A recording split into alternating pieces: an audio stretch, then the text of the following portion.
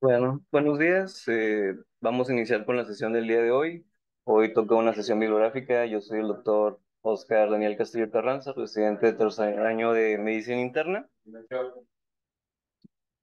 Y pues bueno, el día de hoy vamos a hablar sobre este artículo. Se llama el uso de hidrocortisona en neumonía adquirida en la comunidad grave.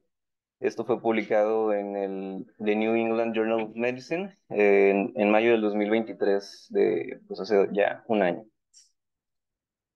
Del autor principal es Pierre-François Dequin. Él es médico, tiene un doctorado, es jefe del Departamento de Medicina de Cuidados Críticos en el Hospital Universitario de Tours de Francia y pues también es profesor de terapéutica farmacológica y clínica. Él prácticamente se dedica también a la investigación, tiene varios artículos relacionados con la ventilación mecánica, con la neumonía.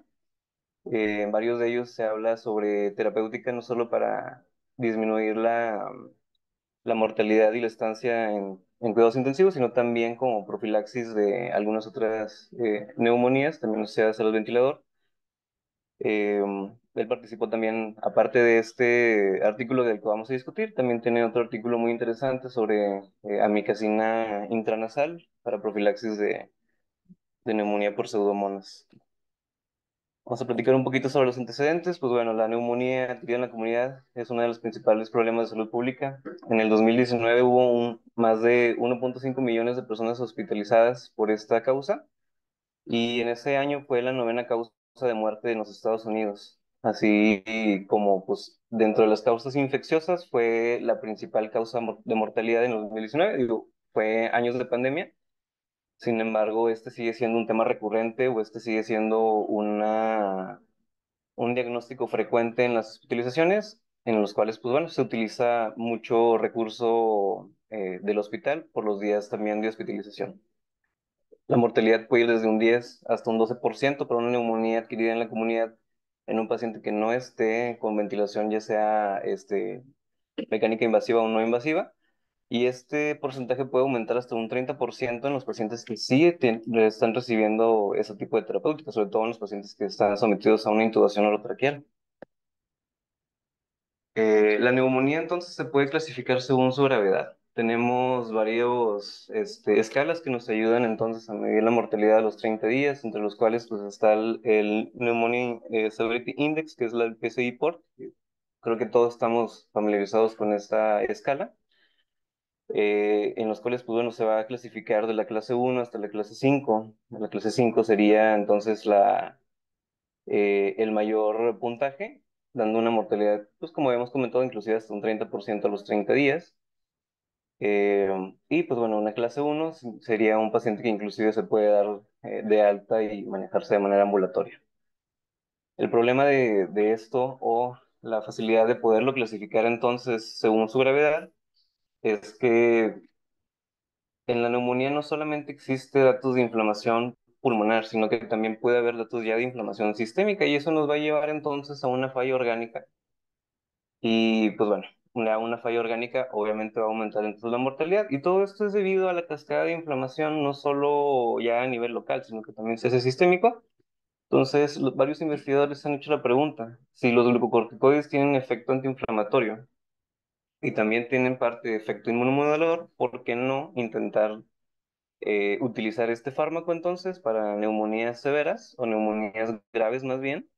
Y ver si esto puede ayudar a disminuir tanto los días de hospitalización como el progreso de unas, no sé, puntos nasales a cánulas de alto flujo, de cánulas de alto flujo hacia ventilación mecánica invasiva o no invasiva, o inclusive disminuir la mortalidad a los 28 días. Eh, y pues bueno, de eso se va a tratar un poquitito de lo que vamos a discutir el día de hoy. Los diferentes estudios ya lo habían intentado. En el 2003 se hizo un estudio en el cual pues, se usaba justamente la misma terapéutica de la que vamos a hablar, que es la hidrocortisona, en infusión lenta de 200 miligramos. En el primer estudio, que fue este que vemos en la esquina inferior izquierda, se utilizaron justamente estos 200 miligramos. Sí se vio una disminución en la mortalidad, también una disminución en los días de estancia intrahospitalaria. Sin embargo, pues era un estudio con una población muy pequeña. En este primero fueron alrededor de unos 200 pacientes que se le priorizaron, entonces los grupos controles eran de 100 prácticamente, y ya con las eventualidades que cursaron, pues terminó siendo inclusive 70 pacientes la muestra, entonces era muy pequeña como para dar una evidencia de calidad, no estaría muy bien basada porque faltaría entonces población.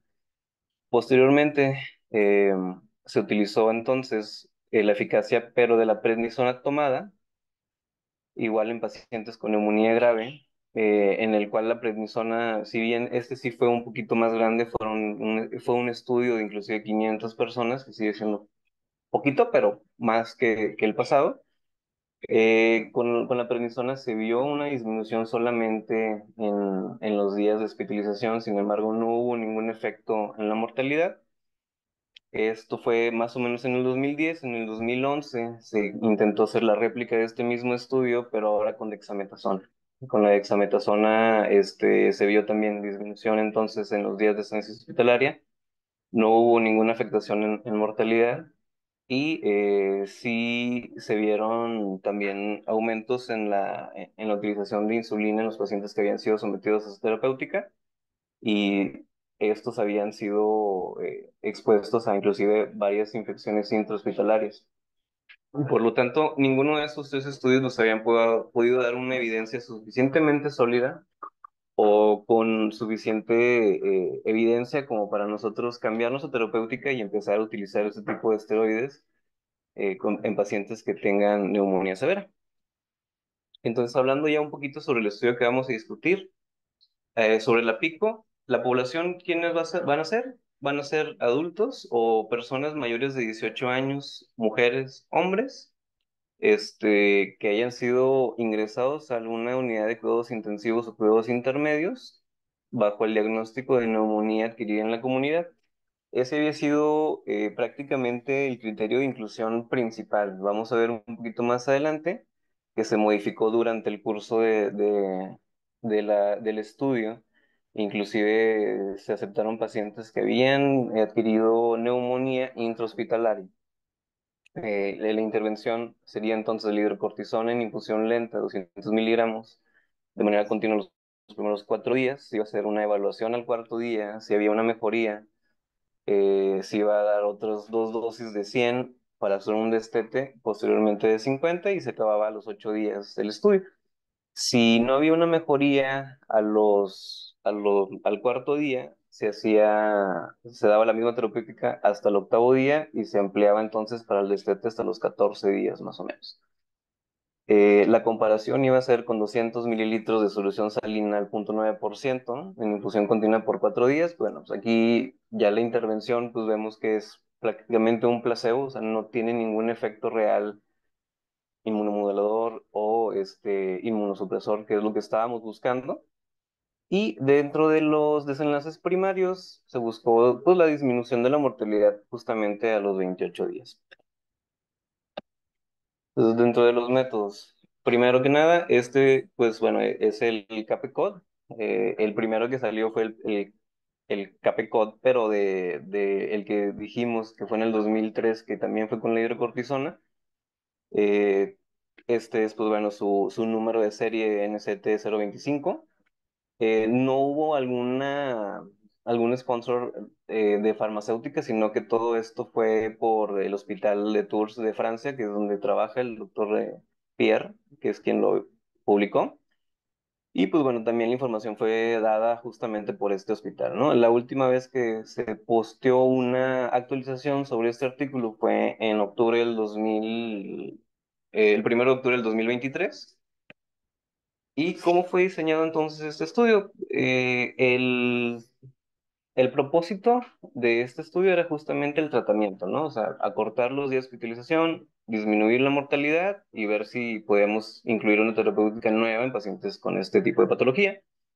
Fue aleatorizado de manera paralela, o sea, fue 1 a 1 los dos grupos y fue un triple ciego. Ni participantes, ni el médico que estaba a cargo, ni el investigador estaban seguros de quién estaba recibiendo qué terapéutica. solamente veían la evolución de los pacientes y reunían entonces la información. Entonces, desde octubre del 2015 hasta marzo del 2020 se pudo juntar una población de 5.948 pacientes con este tipo de enfermedad, los cuales fueron sometidos entonces a criterios de elegibilidad y ya fueron progresados a este estudio. Esto se hizo de manera controlada en 31 centros franceses por los miembros de la Evaluación de Investigación Clínica de Cuidados Intensivos y también de sepsis. Dentro de los criterios de elegibilidad tenemos entonces lo que hemos comentado, una población mayor a 18 años que haya sido entonces ingresado a terapia intermedia o terapia intensiva, eh, evidencia ya de consolidación, algún infiltrado nuevo en una radiografía de tórax o en una tomografía de tórax junto con sintomatología, que estuvieran utilizando ventilación mecánica y que se haya iniciado esta infusión en las primeras 24 horas de haberse dado del diagnóstico. ¿Cómo definían ellos entonces severidad? Con una escala de la Pneumonic Severity Index por encima del 130, que habíamos quedado que era una clase 5, un paciente con ventilación mecánica invasiva que tuviera una PIP mayor a 5 y una PAFI menor a 300. O sea, prácticamente alguien que estuviera en SIRA, que estuviera en ventilación mecánica y que tuviera una por PCI elevada, o sea, que ya tuviera por lo menos algo de daño a órgano. Y de manejo entonces de exclusión eran pacientes que ya estaban entonces en choque séptico, pero que estaban utilizando aminas vasoactivas o vasopresores, que haya sido por neumonía, por broncoaspiración, que tuvieran más días entonces bajo ventilación mecánica, que tuvieran manejo ya de antibiótico dirigido, teniendo ya un agente causal. Si no se tenía o si teníamos una cepa resistente al antibiótico que se estaba utilizando y no estaba en choque séptico, podía entrar. Que tuviera antecedente de fibrosis quística, que tuviera neumonía postoperativa, mielosupresión o infecciones ya sea por hongos, por tuberculosis, inclusive también por influenza, ¿no? Además, que no estuvieran embarazados o que no estuvieran utilizado prednisona en los últimos 30 días o alguna terapia que les obligara a tener esteroides sistémicos de manera previa al estudio.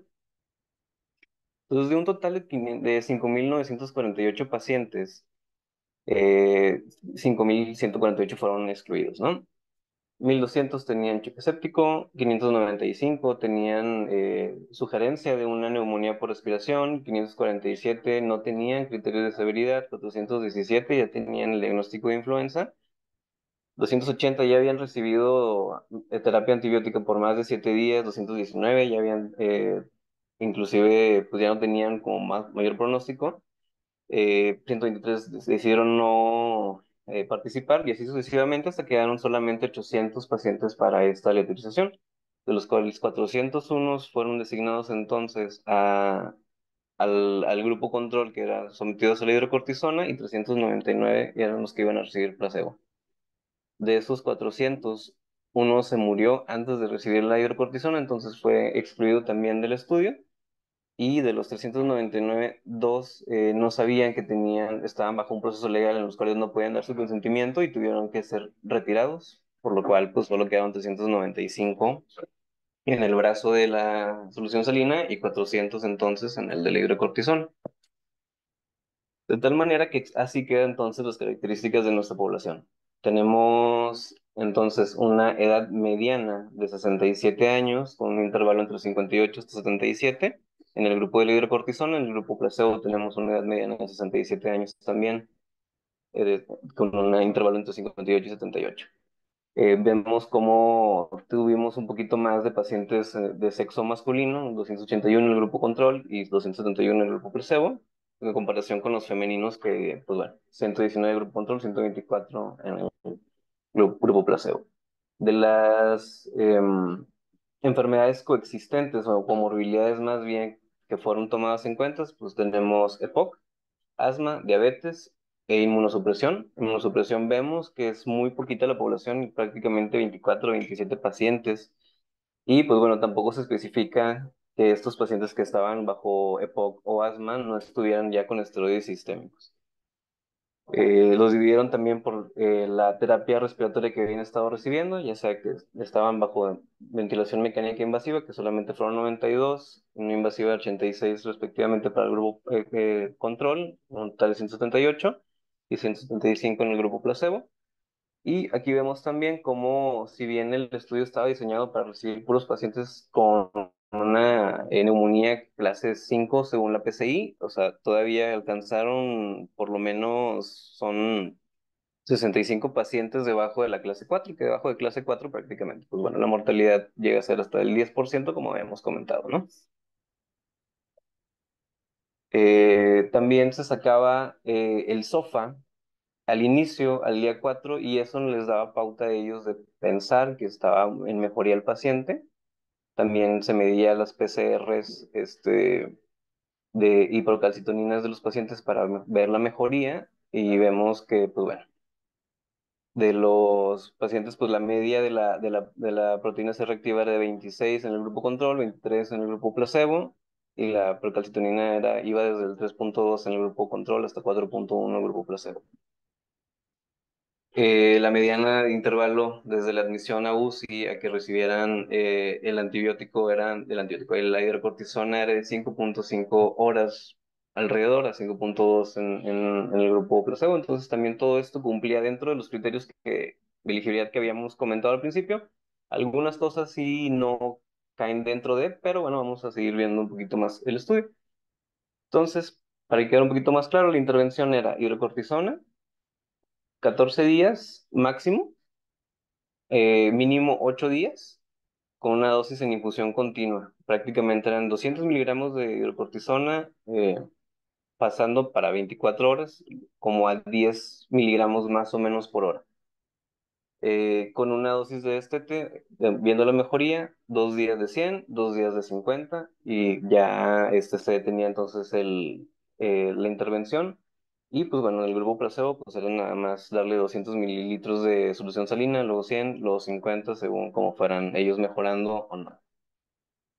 Aquí vemos prácticamente lo que habíamos explicado, que podía ser 14 u 8 días de tratamiento según la evolución del paciente. Y el desenlace primario, como habíamos dicho, pues bueno, era ya sea cualquier causa de mortalidad a los 28 días o falla el tratamiento a los 21 días dados ya sea por un empeoramiento del paciente o, pues bueno, prácticamente que haya fallecido antes de esos 28 días. Dentro de los enlaces secundarios se buscaron entonces muerte por cualquier causa a los 90 días, días de estancia de unidad de cuidados intensivos, el progreso de la ventilación mecánica no invasiva a la intubación orotraqueal, el inicio entonces de los vasopresores dentro del día 28 o al día 28 más bien, días libres de ventilación mecánica o a menos vasoactivas, cambios en la PAFI al séptimo día, cambios en el SOFA al día 7, criterios de seguridad, entre los cuales se buscó, bueno, sangrado de tubo digestivo a los 28 días, que eso es, pues bueno, eso es esperado en pacientes que reciben también corticosteroides y pues también pensar que estos son pacientes que están sometidos a un estrés puede ser también causa de ese sangrado, no solamente la hidrocortisona. Y también se vieron entonces la dosis total de insulina utilizada durante todo este tratamiento y su ganancia de peso después de 7 días. Toda esta información fue analizada mediante el software SAS de una versión 9.4 y una software R versión 3.3.1. Las variables categóricas fueron de frecuencia, porcentajes, medias y rangos intercuantiles, y se tomó un valor de P de 0.049 como estadísticamente significativo. Todo esto estimado por el método de Wald, además de la utilización de la chi cuadrada para analizar la mortalidad a los 28 días. Entonces aquí hemos desglosado un poquitito ya el análisis estadístico. Vemos cómo dentro del desenlace primario, que era la muerte a los 28 días, 25 pacientes que fueron sometidos a la hidrocortisona habían fallecido, mientras comparados con el grupo placebo habían sido 47 pacientes. Esto te da una diferencia en porcentajes de menos 5.6, dando una P de 0.006%. O sea, eso quiere decir que no hay no, las chances de que esto fuera casualidad son muy pocas realmente.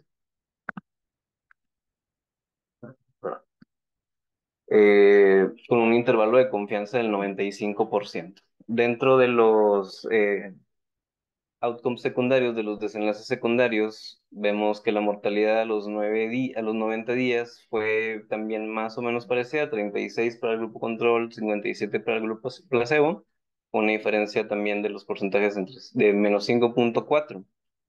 Este, y bueno, la incidencia acumulada de la ventilación mecánica, también 40 para el grupo control, 65 para el grupo placebo. Igual más adelante lo tengo un poquito más desglosado para no marearlos tanto con tantos de estos. Entonces, vemos aquí que según el estudio, sí hubo una significancia estadística y entonces nos anima esto a decir si funciona entonces la hidrocortisona. Entonces vamos a desglosarlo un poquitito ya en subgrupos, ver entonces qué pacientes son los que realmente se benefician de esta terapéutica. Y entonces en los subgrupos tenemos que la ventilación mecánica, 19 sí estaban bajo ellos y vemos cómo prácticamente, o sea, eh, no está enteramente a favor de placebo, no está enteramente a favor de la hidrocortisona, entonces no entra dentro de nuestros intervalos de confianza real y estos tipos de pacientes pueden no ser beneficiados 100% por esta terapéutica. Al contrario de los pacientes que no estaban bajo ventilación mecánica, sí tenían un mayor beneficio de esto mismo, ¿no? De igual manera, los pacientes que tenían entonces una bacteria aislada, de las cuales se le podía dar terapéutica dirigida, no era tan importante entonces el beneficio de la hidrocortisona como para los pacientes que no lo tenían. Igual, pacientes que eran mayores de 65 años tenían un mejor desenlace o pacientes que tienen una severidad de la neumonía pues menor a la clase 5 o menor a 130 puntos. Por lo cual, si bien sí nos ayuda entonces a bajar la mortalidad, este es el acumulativo de todas las variables, ¿no? Quiere decir que no todos los pacientes entonces son elegibles realmente para este tipo de terapéutica. ¿En quiénes lo van a beneficiar más? Pacientes que no tengamos choque séptico, que no tengamos entonces un aislamiento de una bacteria en sí, que no estemos todavía en un SIDA severo, que no estemos todavía en una neumonía grave realmente, y que pudieran estar ahí rondando los 65 o un poquito más de años, son los que más se van a beneficiar entonces, y no solamente todos los que le demos este tipo de terapeuta. Dentro de los desenlaces secundarios, sí se encontró entonces que a los 28 días había un mayor porcentaje de pacientes con hidrocortisona que habían sido, pues bueno, dados de alta de la terapia intensiva, igual de los placebos. Sin embargo, al momento de ver el riesgo relativo, vemos que está en 1,33, un intervalo de confianza de 95%. ¿Esto qué quiere decir? Un riesgo relativo por encima de uno nos dice que no es significativamente. Entonces, no cambió el desenlace de darlos de alta de la terapia intensiva, que no nos sirve entonces para cortar los días de terapia fármaco. Sin embargo, vemos entonces la línea o esta gráfica de Kaplan-Meier, donde en la parte de las X vemos los días de la utilización, en la parte de la Y vemos la incidencia acumulada de los pacientes que tuvieron entonces que pasar a la ventilación mecánica y que no habían estado bajo ventilación en los primeros días, ¿no? Con una incidencia acumulada más o menos de un 20% en el grupo de la hidrocortisona comparado con casi un 30-32% en el grupo del placebo. Esto nos da un riesgo relativo de 0,59, ¿no? ¿Qué quiere decir esto? Un 41% más o menos de incidencia acumulada de los pacientes que eran sometidos a la hidrocortisona. Como habíamos comentado en el desglose por subgrupos, los que más se van a ver beneficiados entonces son pacientes que no están bajo ventilación mecánica invasiva. ¿Quiénes son? Los que están sobre todo bajo, con cánulas de alto flujo o que tenemos mascarillas, simple mascarillas reservorio o inclusive puntos nasales que ya no entrarían dentro de los pacientes que fueron más beneficiados aquí o que fueron más bien estudiados, ¿no? Ahora, en pacientes que tuvieron que ser intubados, pues el pasado era solamente ventilación mecánica, o sea, podía ser no invasiva o invasiva. Estos ya de pacientes que no estaban intubados al principio y que tuvieron que intubarse inclusive durante el transcurso del estudio, vemos en la incidencia acumulada de hidrocortisona más o menos un 20%, contra la incidencia acumulada del grupo control, que fue también más o menos un 30%, con un riesgo relativo de 0,69. Quiere decir pues, más o menos un 31% de incidencia, menor de incidencia acumulada del riesgo a progresión e intubación orotraqueal. Seguimos refutando un poquitito pues el hecho de que pues, los pacientes que estaban más graves pues, no necesariamente se beneficiaban de este tipo de terapéutica. Lo mismo para el uso de vasopresores. Vemos un riesgo relativo de 0,59% comparado a placebo contra la hidrocortisona y también disminuyó el uso o la necesidad de utilización entonces de estas aminas vasoactivas para mantener la perfusión de los pacientes o para mantener pues, bueno, el gasto cardíaco adecuado. Y en cuanto entonces a los desenlaces de seguridad, vemos una incidencia acumulada de la infección por cualquier otra causa. 39 pacientes sometidos a la hidrocortisona adquirieron otra infección durante esa hospitalización. 44 pacientes dentro del grupo placebo también tuvieron este desenlace con un riesgo relativo de 0,87. Digo, no es tan bueno este riesgo relativo como los pasados, sobre todo del progreso de ventilación de la terapéutica de oxigenoterapia antes de pasar a una ventilación mecánica, pero pues más o menos está decente, un menos de un 10%.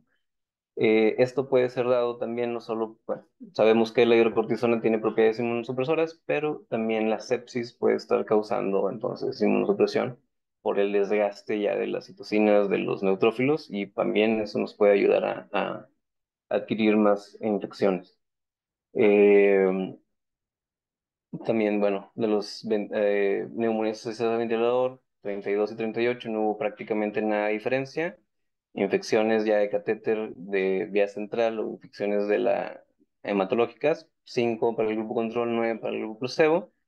Y la incidencia acumulada entonces del sangrado gastrointestinal fueron solamente 9 para el grupo control contra 13 del grupo placebo. Igual.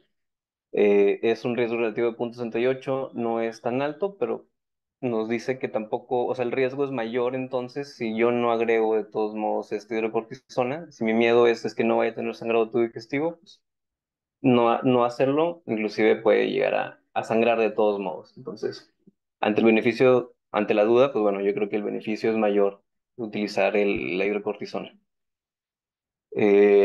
Y pues también se vio aumentada la media o la mediana más bien de la dosis de insulina en estos pacientes dentro de los primeros 7 días. Igual con un riesgo, con una P significativa de 0,001. Esto quiere decir, sí, utilizaron más insulina los pacientes que estaban en hidrocortisona, algún efecto esperado, no deseado de este fármaco, pero bueno, es algo que también ya sabíamos, ¿no? Entonces, este estudio demostró que el inicio de la hidrocortisona sí puede ayudarnos entonces a disminuir la mortalidad a los 28 días en pacientes que habían sido admitidos por neumonía, ya sea en la UCI o en terapia intermedia, siempre y cuando, o así como lo aplicaron en este estudio, ¿no? O sea, antes de las primeras 24 horas, preferentemente en las primeras 5 horas de haber dado el diagnóstico. En este estudio, comparado con los estudios previos, había un poquito más de mujeres. A las mujeres raramente les iba un poquito mejor, pero bueno, eso puede ser nada más de que había menos población de mujer de todos modos, ¿no? Este, bueno, comparado con otros estudios como los corticoides que no habían podido demostrar realmente que disminuían la mortalidad, pues este estudio sí nos dice que no solo disminuye mortalidad, sino que también nos puede evitar desenlaces o nos puede evitar la progresión de la misma enfermedad. Eh, y pues bueno, si bien estos pacientes recibieron más insulina durante los primeros 7 días, no se hizo ningún otro seguimiento posterior a esos 7 días. O sea, no sabemos si en esos 7 días, que eran probablemente los días más críticos, también era parte de la sepsis o también era parte de este fenómeno contrarregulatorio de la insulina, el hecho de que tuvieras que utilizar más, o si era enteramente por la hidrocortisona. Me hubiera gustado que se hubiera ampliado entonces hasta los 28 días la dosis total de insulina de los pacientes para ver si con la mejoría también de ellos y con el destete pues había una disminución entonces del uso de insulina, porque eso también nos puede un poquito privar de utilizarlo entonces en pacientes que tengamos con, no sé, diabetes, que pudiéramos pensar que nos puedan hacer cetocidosis, o al final de cuentas causar un estado mayor de catabolismo por el hecho de que tengamos que utilizar más insulina. eh, yo creo que si lo hubieran ampliado hasta esos 28 días, pudiéramos tener un mejor panorama para poder decidir bien si utilizar o no esta terapéutica. Dentro de los limitantes que encontramos dentro de este estudio fue la mortalidad que se había proyectado al principio del estudio había sido de 27%. Esto, pues bueno, fue menor, ¿verdad? Pero no quiere decir que, bueno, encontramos el hilo negro y ahora todos los pacientes van a tener hidrocortisona, no, o sea, como vimos dentro del desglose de la población, no solo fueron entonces admitidos pacientes con clase, o sea, con APCI clase 5, o sea, también no había por ahí pacientes con clase 3, clase 2, clase 1. Si bien habían sido un menor porcentaje de pacientes, pues bueno, estos son pacientes en los cuales no se espera un desenlace de mortalidad tan alto como los pacientes con una neumonía más severa, ¿no? Esto puede dar un poquito de sesgo o puede ser que no se haya clasificado bien a esos pacientes al momento de hacer el ingreso, ¿no? Hay que recordar el SOFA, si bien nos puede ayudar a evaluar la sepsis de nuestros pacientes, inclusive las guías de sepsis nos dicen que no es tan confiable para ver si un paciente está séptico o no. Y pues bueno, en el 44.9% de los pacientes no se logró aislar un agente etiológico. Eso nos puede jugar en contra y a favor por el hecho de que, bueno, si tenemos un agente etiológico bien identificado, pues es más fácil guiar terapéutica y es más fácil que nuestro paciente tenga un mejor desenlace, ¿no? También que se incluyó muy poquita población inmunocomprometida. Digo, si bien sí tenemos pacientes con diabetes, no era una gran población.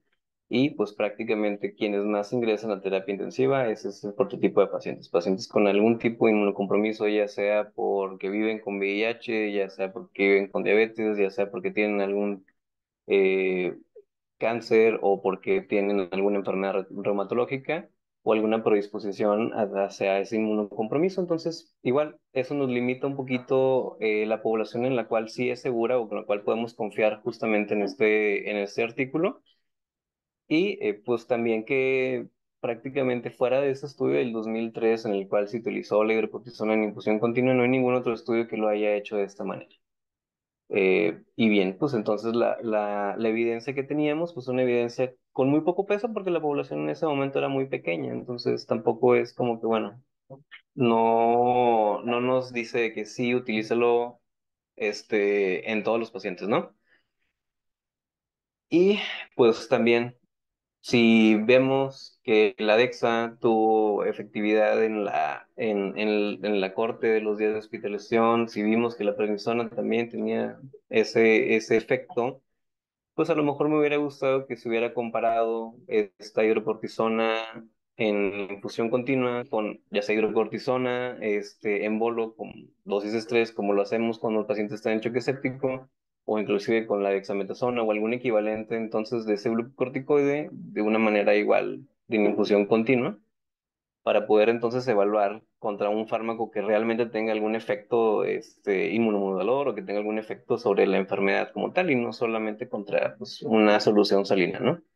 Eso yo creo que también le pudiera dar un mayor peso, o sea, hacer un estudio de no inferioridad, pues, aunque bueno, no se tiene tampoco un gol de estándar para este tipo de pacientes, ¿no? Y pues como conclusión, sí, este estudio sí nos muestra cómo disminuyó la mortalidad en esta población. Eh, Sin embargo, pues bueno, dentro de estas limitaciones que ya platicamos, yo creo que mi terapéutica o mi día a día al enfrentarme yo a ese tipo de pacientes no sería mi primera opción de utilizar, pero yo creo que sí estaría por ahí eh, en la mente para poderla utilizar. O sea, si bien no estoy diciendo que vayamos todos a utilizar la hidrocortisona así, yo creo que si encontramos un paciente que cumpla más o menos los criterios de esta población, pudiéramos intentarlo, porque bueno, sí se demostró.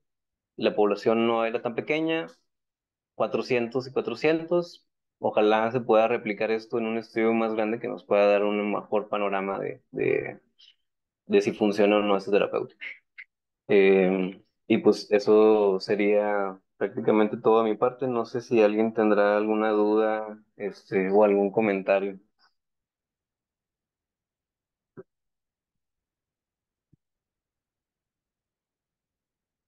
Creo que una de las limitantes más importantes en relación.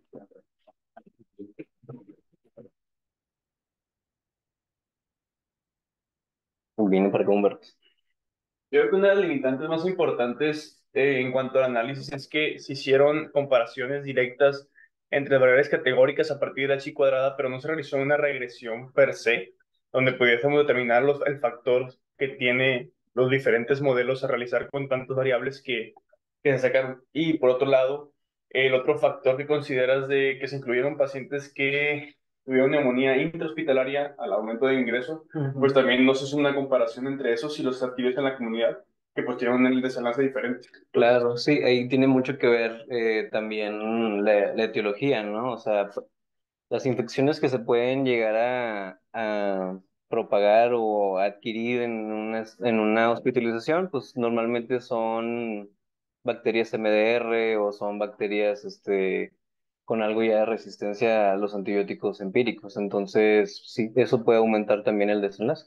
Yo creo que si se hubiera respetado más el principio del estudio de solamente que fueran adquiridos en la comunidad o que solamente fueran de clase 5, tendría un mayor peso realmente esto. Pero bueno, eh, yo creo que sí pudiéramos no utilizarlo, pero ahí hay una área de oportunidad también, que cuando no tenemos alguna otra opción, pues bueno, podemos basarnos también en este estudio para poder ofrecerle algo más a nuestros pacientes, ¿no?